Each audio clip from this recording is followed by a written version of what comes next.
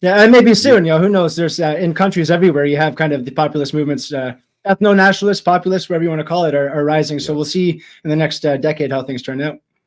Yeah, well, they're setting fire to refugee centers or refugees. See, I'm using their words, which I don't like to. They're stuffing people into Irish properties and buildings, and just to at the opposite of the wishes of the people of Ireland. So they're just burning them down. They say, if you put them in here, we will burn it down, and they are, which is true to their word.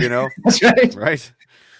Yep. Yeah, you gotta love the Irish. It's with the Irish heritage, a little bit of history with the IRA and the old school, old school tactics that they had, and it's just, it's a shame that it's gone the way it has. But hopefully they'll kind of return to their former glory.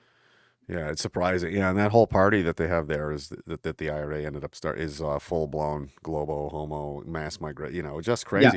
Yeah. You fought a war against the British because Ireland is for the Irish and not the British, and then you let in Nigeria. So that's okay. That's a weird twist and turn of events. But Ireland has had a huge part in building this country too. There's some of a huge chunk of the founding peoples of this country were from Ireland and Scotland, France, and England. So.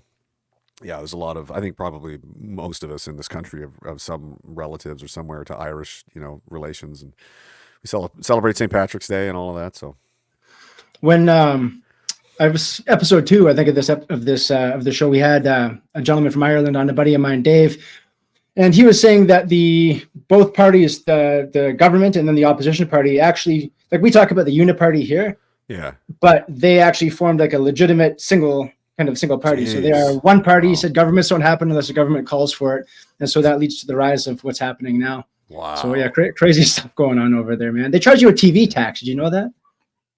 A tax to watch television? A tax if you have a screen in your house.